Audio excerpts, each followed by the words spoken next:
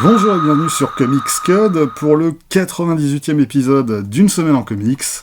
Un épisode dans lequel on va parler des principales sorties de la semaine. Et c'était une grosse semaine. C'était clairement la plus grosse semaine du mois.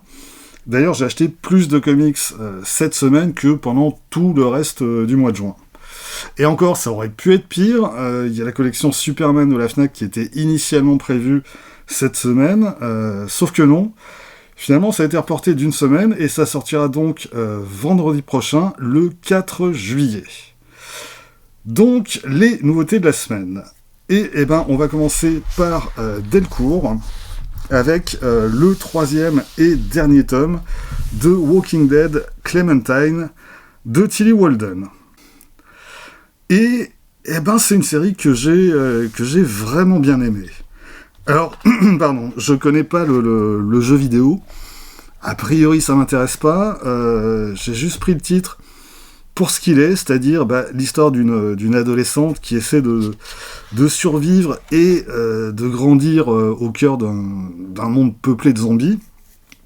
Et au-delà de Clementine, c'est l'histoire de tout un groupe d'adolescentes et d'adolescents qui vont connaître des sorts très différents les uns des autres. Alors c'est donc le dernier tome, mais arrivé au terme du récit, c'est pas vraiment l'impression qu'on ressent. On n'a pas vraiment ici une histoire achevée. On arrive juste en fait au bout d'une tranche de vie, mais on a l'impression que l'histoire de Clementine et de son entourage, elle pourrait se poursuivre sous la plume de Tillie Walden ou d'autres créateurs. Et cette dernière partie, elle se déroule au Groenland, dans un village qui nous apparaît comme un havre de paix, où tout le monde a un rôle à tenir au sein de la communauté, et où les habitants ont l'air de vivre en sécurité, et ils semblent pas vivre dans une angoisse permanente. Et pourtant, même dans un tel endroit, la mort peut frapper à tout moment. Et parfois même sans que les zombies y soient pour quoi que ce soit d'ailleurs. Et puis, pour ne rien arranger, on va aussi découvrir au fil du récit que finalement il ne faudrait pas grand-chose pour que cette petite utopie au milieu de l'enfer, pour qu'elle s'effondre. Bref, Tillie Walden continue de mettre en scène un univers où tout peut arriver à tout moment, où personne n'est à l'abri de rien, où il est à la fois difficile de se projeter dans l'avenir, et aussi compliqué de faire le deuil de celles et ceux qu'on a perdus. Alors, c'est pas non plus une vision sinistre et désespérée des choses, mais c'est juste que tout change, tout le temps, et sans qu'on y soit jamais vraiment préparé, et que il faut malgré tout s'adapter. Et je pense que ça doit être ça qu'en fait on appelle la vie. Et d'ailleurs, le récit s'ouvre sur une scène d'accouchement. Alors un accouchement difficile, très douloureux, et un accouchement que Tillie Walden présente pas vraiment comme une célébration de la vie au milieu d'un monde de mort.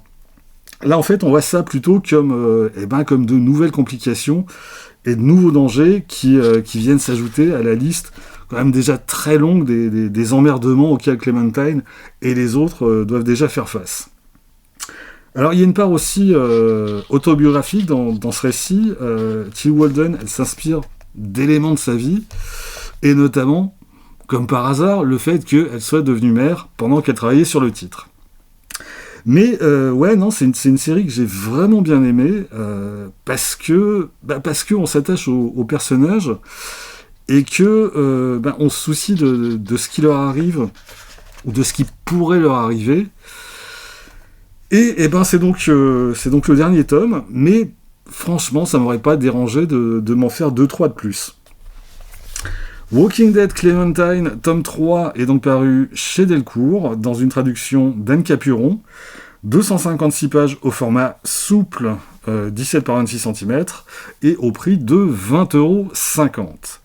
Et à noter que Delcourt propose également les 3 tomes réunis au sein d'un coffret à 60,50€.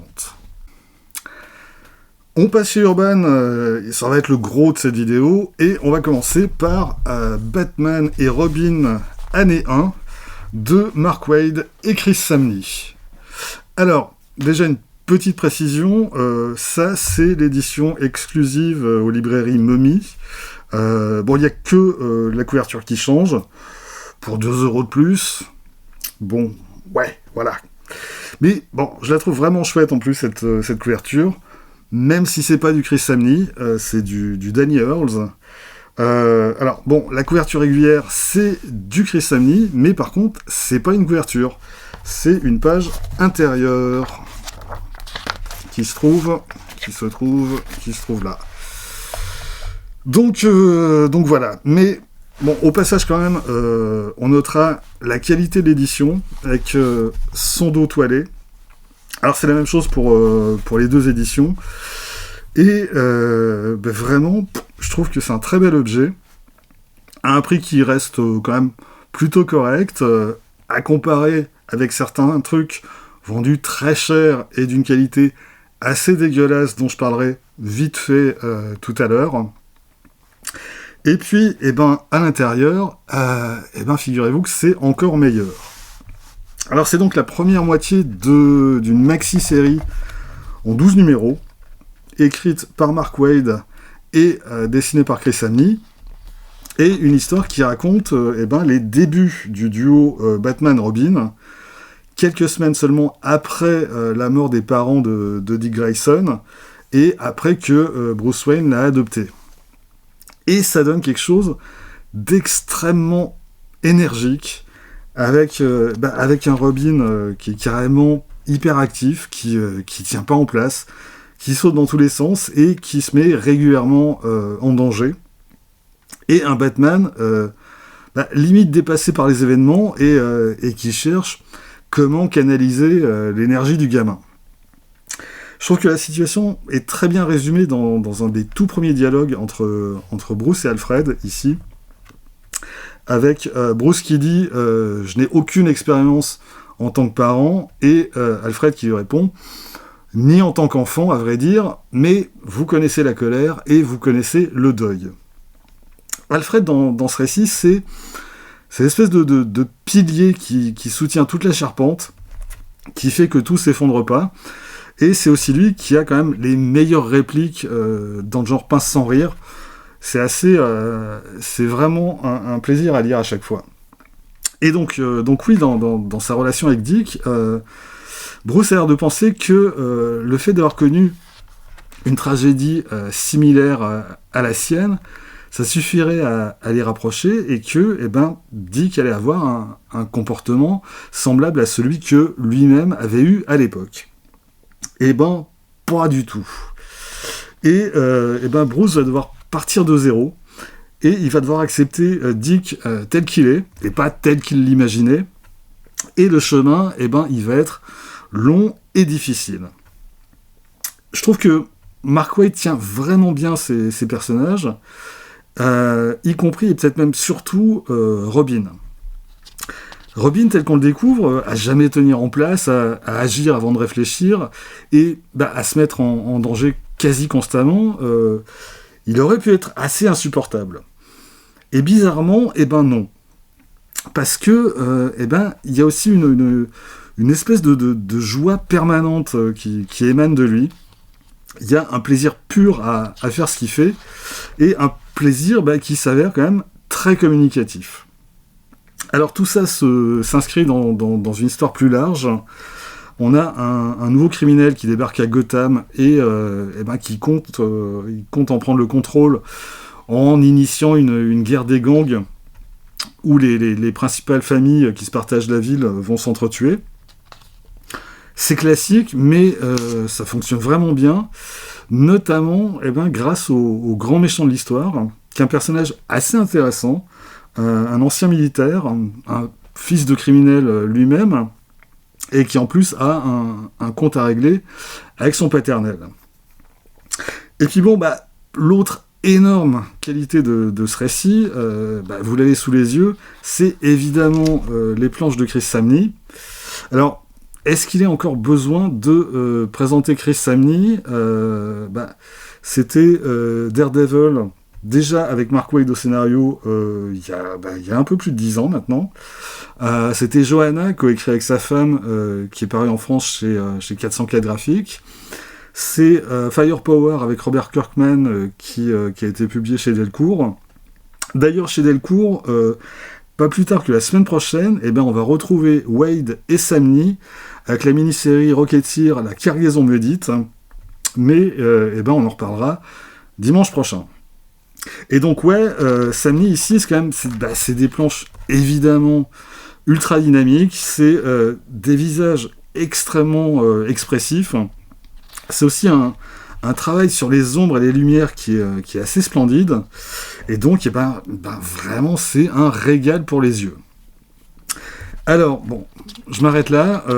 C'est mon chouchou, pas de la semaine, mais carrément du mois, au moins. Et je conseille vigoureusement la lecture. Batman et Robin année 1 est sorti chez Urban Comics, traduit par Yann Graff, 152 pages au format 19 par 28 cm, 20 € pour l'édition régulière ou 22 pour l'édition Mummy.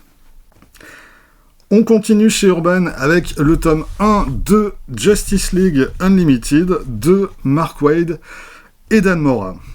Alors, celui-ci, comme le suivant dont je vais parler juste après, mais d'ailleurs tiens, on va le mettre là aussi, le Superman Dark Prophecy, j'ai vraiment hésité à les acheter. Je me suis demandé ce que j'allais faire, est-ce que j'allais les prendre en VF, les prendre en VO, voire même me contenter de la version numérique sur DC Infinite. Et puis bon, finalement j'avais un restant de cartes cadeaux dans une grande enseigne culturelle, donc bon, j'ai pris. Surtout que, concernant le Justice League Unlimited, alors le trade paperback américain n'est pas encore sorti. Je crois qu'il est annoncé pour début août, mais le sommaire est quand même assez différent.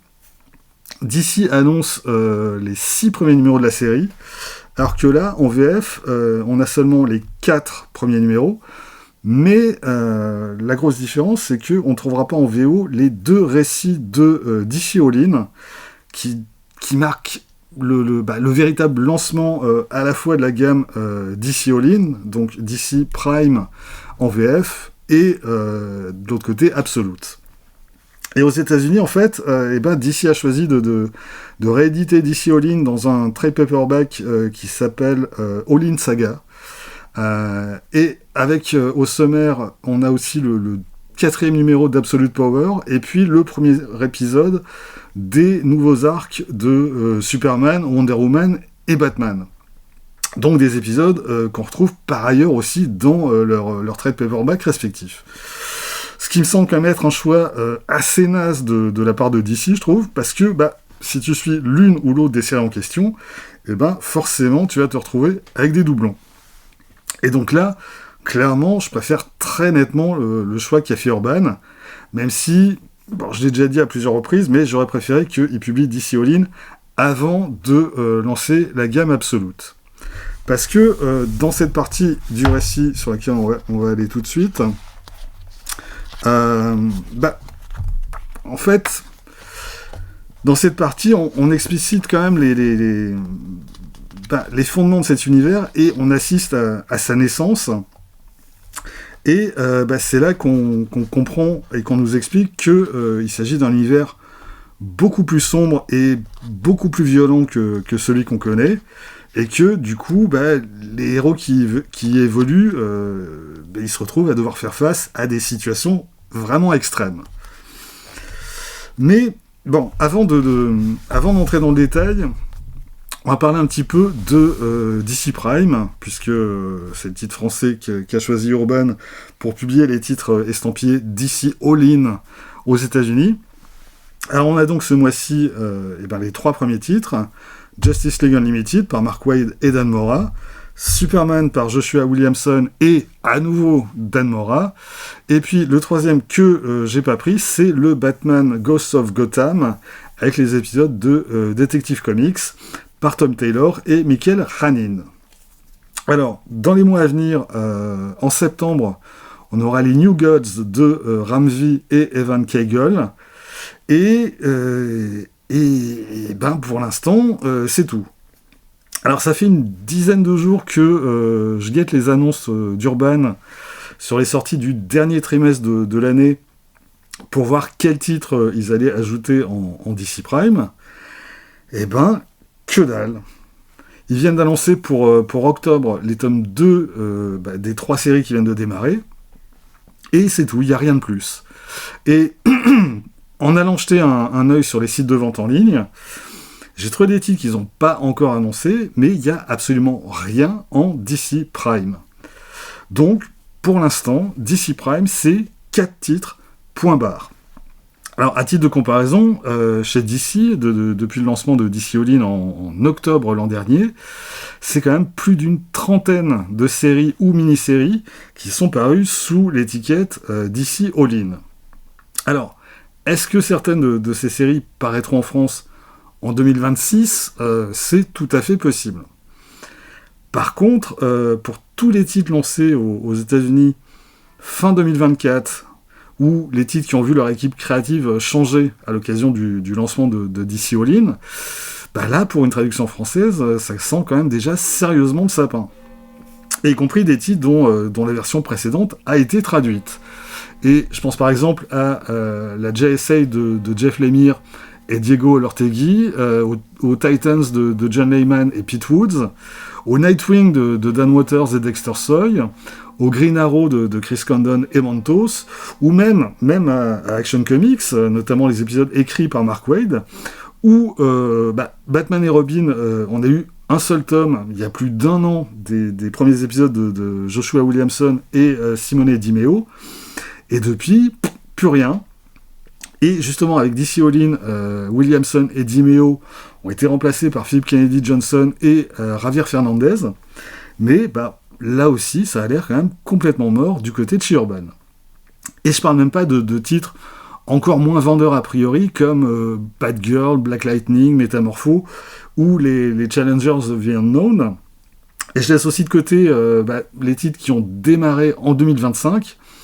Là, il sera toujours le temps de faire le point en début d'année prochaine. À côté de ça, les choses se présentent quand même nettement mieux pour la gamme Absolute, puisque on a déjà eu Batman, Superman et Wonder Woman, et Urban a annoncé la sortie pour la fin d'année de Absolute Flash et de Absolute Martian Manhunter. Donc, la seule série Absolute dont on ne connaît pas encore le sort, c'est Absolute Green Lantern, mais côté Absolute, c'est un quasi carton plein. Et c'est très bien, vraiment. Alors d'ailleurs, que ce soit clair, je suis pas en train de reprocher à Urban quoi que ce soit, j'essaie juste de faire un point sur la situation actuelle et la situation dans les mois à venir. Clairement, Urban fait le pari de la gamme Absolute. Alors, je connais évidemment pas leur chiffre de vente, je peux que spéculer, mais il me semble à minima que les premiers titres sortis ont été très bien reçus. Et c'est très bien. Et j'ai acheté les premiers tomes et j'achèterai clairement les suivants. Mais côté DC Prime, à l'inverse, là j'ai l'impression qu'Urban il marche vraiment sur des œufs et que, pour l'instant en tout cas, ils ont décidé de se retrancher derrière les valeurs sûres. Batman par Michael Ranin ou la Justice League ou Superman dessiné par Dan Mora, il y a quand même le potentiel pour que ça marche. Le problème c'est, et les autres ? Alors, on sait que le format Down, il n'a pas fonctionné, et j'ai quand même l'impression que chez Urban, ça les a bien refroidis. Encore une fois, ils ont les chiffres de vente, moi pas, donc je pense qu'on peut quand même leur faire confiance pour estimer le potentiel commercial de telle ou telle série. Si la JSA par Geoff Jones et Michael Ranin, elle s'est pas vendue, il n'y a aucune raison de penser que la JSA par Jeff Lemire et Diego Olortegui, elle fera mieux. Bien au contraire. Et même chose pour Green Arrow ou pour Green Lantern.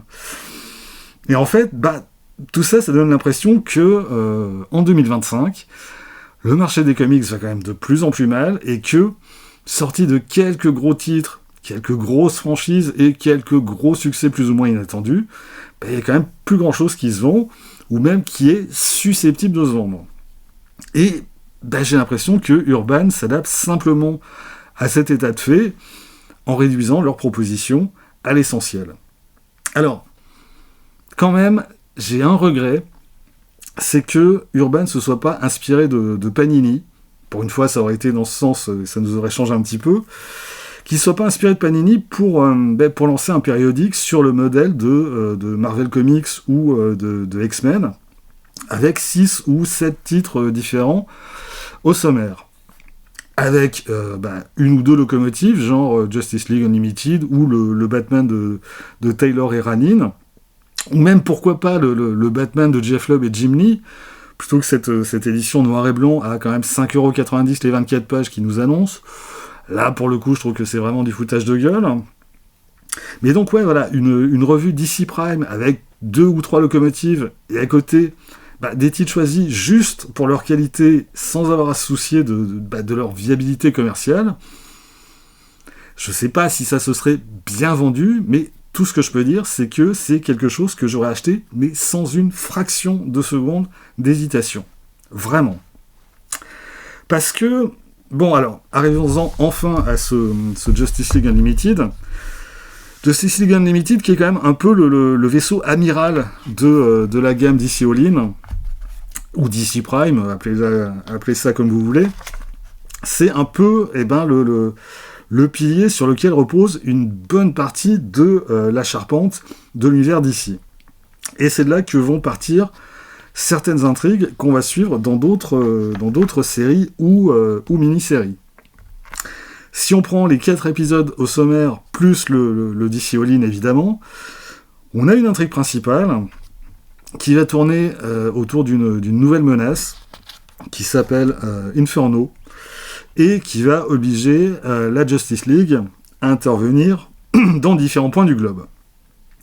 Le cœur de ces épisodes, c'est ça tourne autour d'Inferno, qui ils sont, quelles sont leurs motivations, etc. Et de ce point de vue, on est dans du Justice League tout à fait classique, mais bien foutu, avec une menace d'ampleur planétaire et la Ligue qui fait de son mieux pour la combattre.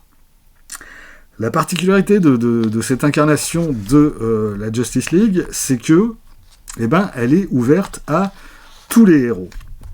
Et ils sont quand même plusieurs dizaines à avoir répondu à l'appel.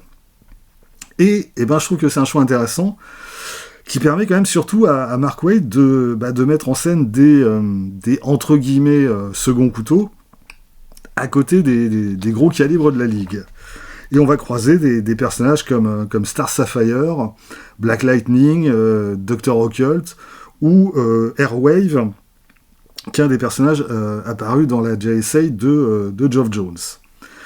Et ça fait du bien de ne pas se limiter aux grands héros habituels et d'aller piocher dans les personnages secondaires de l'univers d'ici. Ça apporte quand même un peu d'air frais à la série. Et c'est aussi en fait à travers de tels personnages que Mark Waid va lancer des intrigues secondaires, mais des intrigues qui ne seront pas développées dans Justice League Unlimited, mais elles le seront dans de nouveaux titres lancés pour l'occasion, cela même que Urban ne va malheureusement vraisemblablement jamais publier en France. Et c'est ce qui donne quand même un côté frustrant à cette lecture, c'est l'impression que Justice League Unlimited crée des portes vers d'autres pans de l'univers d'ici, mais des portes qui semblent devoir rester fermées pour les lecteurs français. C'est le cas de The Question, qu'on nous présente comme la chef de la sécurité du QG de la Ligue, et qui, effectivement, va très vite devoir enquêter sur un meurtre, mais elle va pas enquêter dans ses pages, elle va enquêter dans sa propre mini-série. C'est le cas aussi, par exemple, pour le projet Atom, qui est chargé, lui, d'aider les héros qui ont perdu leur pouvoir suite à Absolute Power, et qui va s'y consacrer, mais là encore, pas ici, dans sa propre mini-série. Et puis, c'est par exemple le cas aussi des Challengers of the Unknown. Et on a comme ça, dans Justice League Unlimited, des débuts d'intrigues qui vont, du coup, vraisemblablement rester sans suite en VF. Et c'est frustrant. Et en plus, ça peut aussi donner à la lecture de ce titre l'impression de partir un petit peu dans tous les sens, ou de s'égarer dans des bouts d'intrigue secondaires, sans lien avec le récit principal. Bref, voilà, Justice League Unlimited, c'est chouette, mais en l'état, pour qui lit ces comics qu'en français, il me semble que c'est pas totalement satisfaisant non plus. Alors de mon côté, je suis en train de me mettre à jour dans mes lectures, et je vais profiter, je pense, de la trêve estivale pour essayer de faire un point sur la gamme DC All-In en VO, en particulier sur les titres qui méritent vraiment d'être lus, et j'espère qu'on en reparlera dans la deuxième quinzaine du mois. En attendant, le tome 1 de Justice League Unlimited est traduit par Yann Graff, 160 pages format 17 par 26 cm, et il est vendu 18€. Bon, j'ai l'impression que ça fait 4 plombes que je cause, vous je sais pas, mais moi je commence à fatiguer, donc on va accélérer le rythme pour parler du tome 1 de Superman Dark Prophecy, de Joshua Williamson et Dan Il est partout, Mora. Alors il s'agit ici des épisodes de la série Superman qui font directement suite à ceux parus dans le tome 3 de Dawn of Superman. Est-ce que c'est un bon point d'entrée pour qui voudrait découvrir Superman ? Pas particulièrement. Disons déjà que y a un élément central de l'intrigue qui provient directement d'Absolute Power. Alors, attention, un indice figure en couverture, est-ce que vous saurez le trouver ? Eh ben ouais, aux côtés de Superman, on trouve une certaine Superwoman, dont l'identité est révélée dès les premières pages du récit, donc c'est pas un énorme mystère non plus, mais je vais quand même m'abstenir de prononcer son nom. Et en fait, la première partie du récit est entièrement consacrée à ce personnage. Il s'agit du one-shot Superwoman Special numéro 1. Et alors bon, graphiquement, clairement, c'est la partie la plus faible de tout l'album. Alors, à noter également que, dans le cours de cet épisode, il est plusieurs fois mentionné que Superman est absent, et qu'il se trouve dans la zone fantôme. Et là, en fait, c'est une référence aux épisodes d'Action Comics, écrits par Mark Waid, qu'Urban a visiblement pas l'intention de publier, mais en fait, au moment du lancement de DC All-In, Action Comics est passé hebdomadaire pendant 3 mois et 12 numéros, et j'essaierai d'en reparler le mois prochain. Alors, pour en revenir à Superwoman, je suis rarement client du fait de voir un ou une civile subitement dotée de super-pouvoirs. L'exemple, chez la concurrence d'en face, Mary Jane. Mais disons que ici, ça fonctionne plutôt pas mal. Parce que ça donne une dynamique intéressante au couple, au duo, non, j'ai rien dit, parce que aussi, on comprend assez vite que tout ça devrait être que provisoire, et puis parce que, historiquement, c'est quand même arrivé quantité de fois au personnage de se trouver doté de super-pouvoirs, ou de pouvoirs bizarres. C'était essentiellement dans les années 50-60, mais ça compte quand même. Il y a aussi plusieurs éléments du récit qui proviennent des épisodes précédents de Superman. Je vais en citer que 2. D'une part, on va retrouver ici un Lex Luthor amnésique qui s'interroge sur sa personnalité antérieure. Et puis, on a un Superman qui, lui, est enclin à des excès de rage qui lui font perdre carrément le contrôle. Alors, ces différents éléments sont remis en contexte dans le cours du récit, mais il me semble quand même que une petite préface ou postface pour expliquer tout ça, je pense que ça aurait pas été superflu. En plus, Urban est généralement bon pour ça. Cette fois, visiblement, ils n'ont pas jugé que ce serait utile. On va dire que je suis pas d'accord. Alors, l'intrigue principale des épisodes de Superman, elle tourne autour de 2 personnages, dont l'un qui fait son retour sur Terre et qui va se friter avec Superman, et d'ailleurs avec toute la famille, avec effet spectaculaire garanti.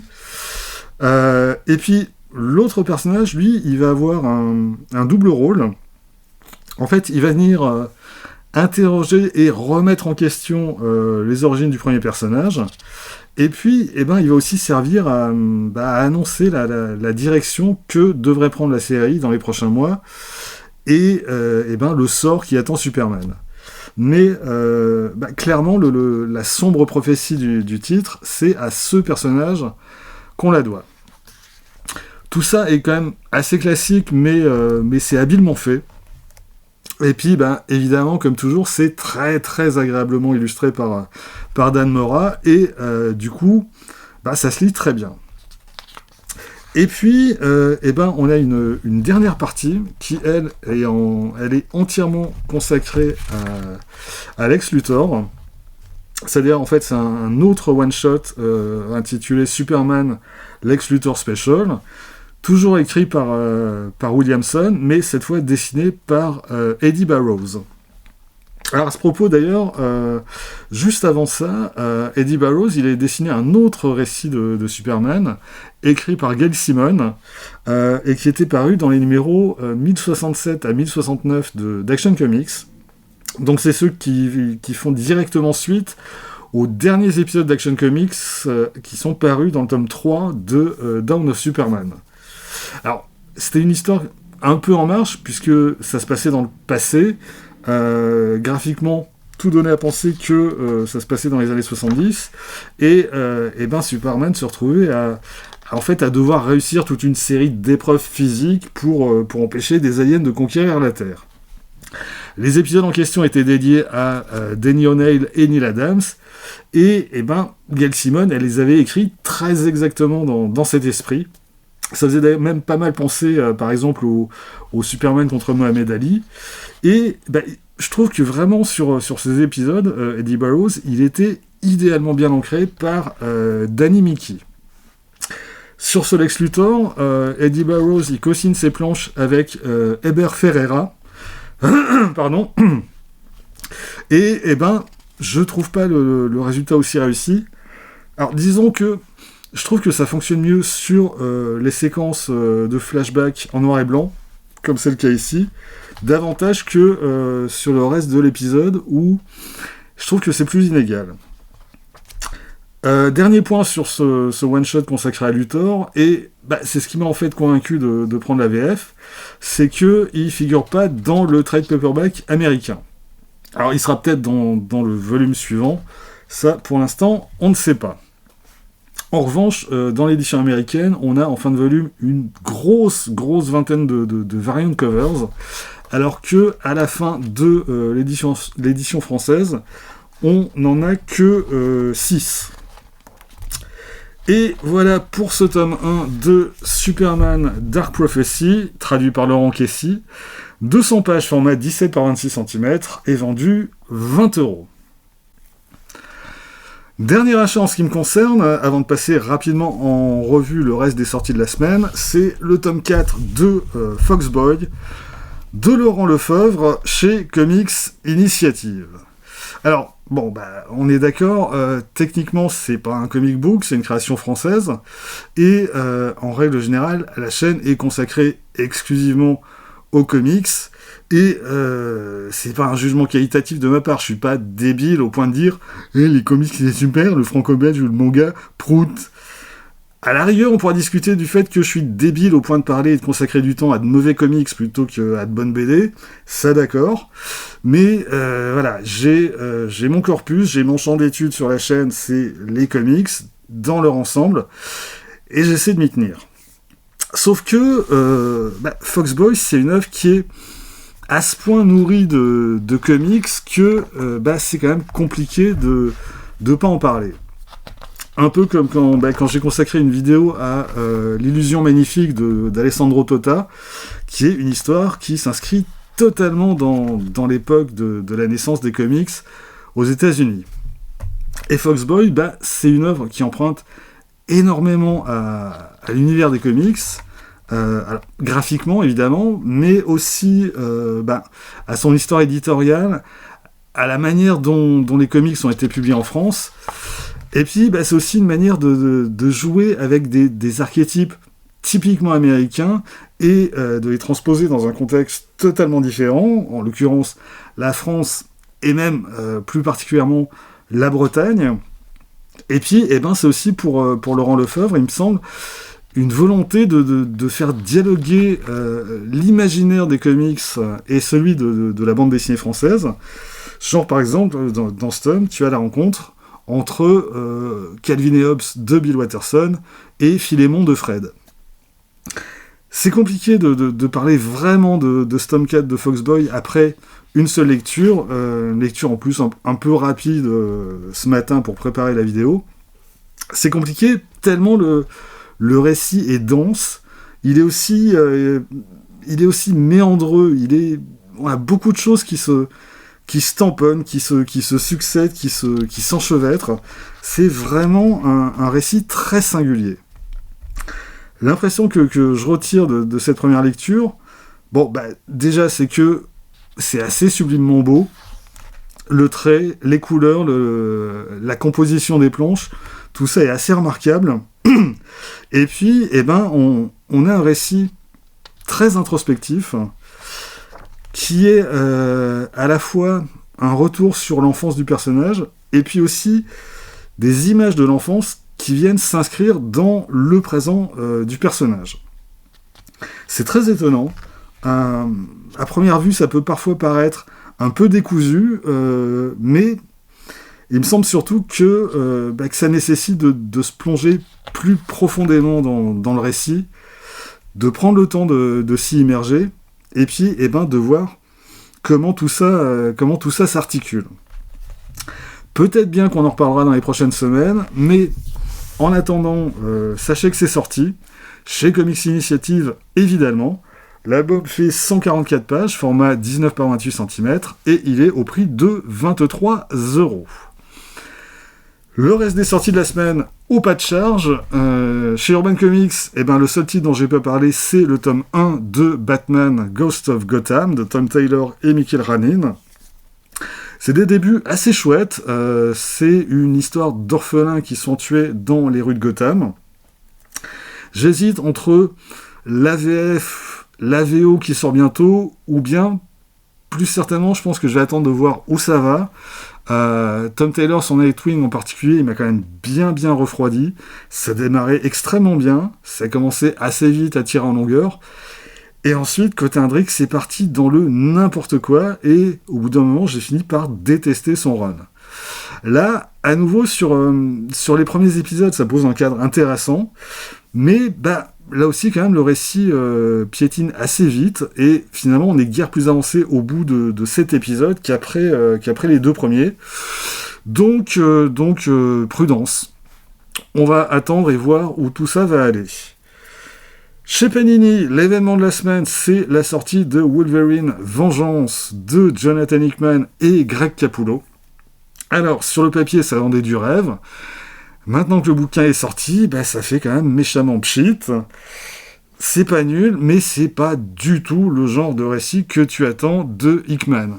Ça aurait été signé Daniel Way, Frank Thierry ou Benjamin Percy, ok, mais Hickman, je cherche la moindre trace d'ADN de Hickman dans cette banale histoire de vengeance, et vraiment, pour l'instant, je sèche. Et puis concernant les 3 versions différentes proposées par Panini, la classique à 19 balles, trop cher pour ce que c'est. Le grand format noir et blanc à 30 balles, vous vous foutez de moi. Et puis la version Red Band, soit 5 fascicules regroupés dans un bout de carton mou et vendu 36,95€. Appelez-moi con, ça ira plus vite. Bref, quel que soit le format proposé en ce qui me concerne, c'est non. Et dans le genre foutage de gueule, on a le coffret Guerre secrète de Jim Shooter et Mike Zeck. Et pourtant, au moment de l'annonce, je m'étais dit que, tiens, pourquoi pas. Bon, ok, c'est vendu 60 balles, mais dans une jolie édition, je pourrais peut-être quand même bien me laisser tenter. L'édition en question, elle n'est pas jolie du tout. C'est un espèce de blister cartonné bas de gamme dans lequel ils ont glissé les fascicules. Et vraiment, claquer 60 balles sur ce machin, mais même pas en rêve. Alors, si vous ne l'avez pas vu en librairie, et si vous voulez mesurer l'ampleur du désastre, je vous conseille d'aller faire un tour sur la chaîne de Old School Comics, pardon, qui a consacré une vidéo au déballage et au feuilletage du machin. Et puis, pour les autres sorties Panini de la semaine, du coup, je vous renvoie à ma vidéo des sorties de juin pour savoir ce que j'en pense. Et puis, juste pour finir, et après je file m'installer en terrasse devant un Morito, je signale les sorties Vestron de la semaine, à savoir le tome 6 de l'intégrale Power Rangers, et puis les 2 premiers titres de leur collection Archie Horror, Vacances Mortelles et chez Pops, le petit diner des horreurs. Alors bon, c'est du grand format, 48 pages vendues 13,95 €. Et en fait, les scénarios s'amusent à placer les personnages de l'univers des comics Archie dans des situations classiques de films d'horreur. Côté scénario, ça vole pas très haut, côté dessin non plus. Donc bon, vous en faites ce que vous voulez. Par contre, on est sans nouvelles du Godzilla de James Tocco qui était également annoncé pour cette semaine. Visiblement, c'est pas le cas. À ma connaissance, Vestron n'a pas communiqué dessus. Bon, sur leur site, il est toujours annoncé pour mai dernier, c'est dire si c'est fiable. Mais en revanche, sur les différents sites de vente en ligne que j'ai consultés, la fiche produit, elle a carrément disparu. Donc, pour l'instant, mystère. Voilà, c'est tout pour aujourd'hui, et c'est pas trop tôt. Rendez-vous très vite pour la suite. D'ici là, vous pouvez vous abonner à cette chaîne, laisser un commentaire, partager cette vidéo sur les réseaux sociaux. Vous pouvez aussi, de temps en temps, retrouver les lectures de Quackient et de Bad Quack sur Instagram, avoir ainsi un aperçu du thème des prochaines vidéos. Et vous pouvez surtout, lire des comics. Soyez sages, et à bientôt.